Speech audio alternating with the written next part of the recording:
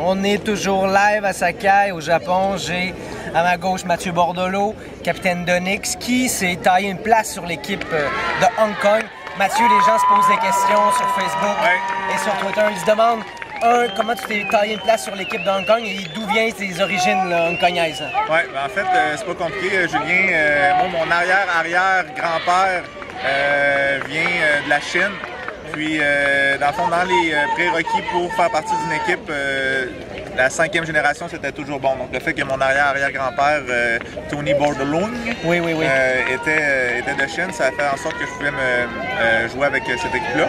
Trêve de plaisanterie, parce que c'est une blague.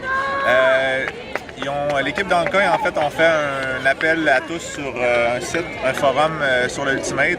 Ils cherchaient des joueurs. Ouais. Puis les plus petites communautés d'Ultimate ont le droit d'avoir des joueurs invités, 2 par équipe. Donc moi, j'ai seulement envoyé mon application.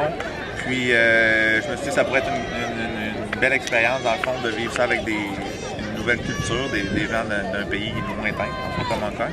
Et après 3 semaines, ils m'ont réécrit pour me dire qu'ils m'invitaient, qu'ils m'offraient un poste dans le fond sur l'équipe. Excellent. Puis comment ça se déroule? Il y a plusieurs personnes qui proviennent de l'international.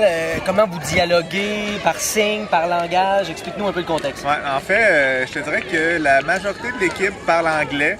Il y a beaucoup d'expatriés, donc des gens du Canada, des États-Unis, de l'Europe, qui travaillent à Hong Kong depuis 2, 3, 4, 5 ans, puis qui ont donc un visa de travailler. Ça compte pour... donc, ils peuvent jouer sur l'équipe de Hong Kong. Okay. Je te dirais qu'il y a quand même des joueurs natifs, soit de Chine ou de Hong Kong, donc parfois sur le sideline, ils vont se parler, ils vont se faire des calls en mandarin ou en cantonais. Mais la plupart du temps, ça se passe en anglais, puis on réussit à se comprendre assez bien. Puis au niveau des résultats, comment ça se passe jusqu'à présent? En fait, ça se passe quand même bien parce qu'on avait été préclassé 10e. C'était un classement qui était, on pense, quand même beaucoup trop fort pour l'équipe. On a réussi à remporter 2 victoires à l'arraché contre les Pays-Bas, puis aussi contre l'Afrique du Sud. Donc, on a 2 victoires et 6 défaites. On a eu plusieurs défaites, là, ça a été à sens unique, là, mais quand même, c'est une belle expérience pour des joueurs de Hong Kong qui dans le fond, n'avaient jamais fait de tournois internationaux.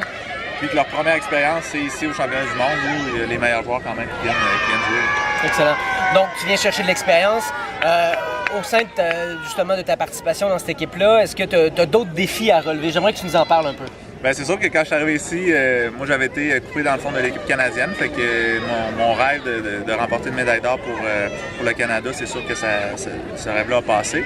Mais je me suis dit, tant qu'à participer ici, autant me donner des défis personnels, puis j'avais décidé avec mon bon ami Éric Dion de se faire un défi, dans le fond, qui allait marquer le plus de points, parce que dans les championnats de la WFDF, ils comptent les statistiques des joueurs, donc le nombre de buts, le nombre de points.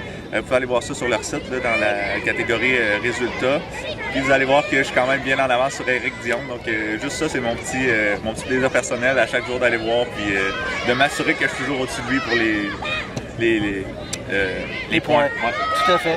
Éric nous en a parlé d'ailleurs très récemment. Je te remercie Mathieu, puis j'espère que tu vas passer un bon restant de tournoi. Ciao!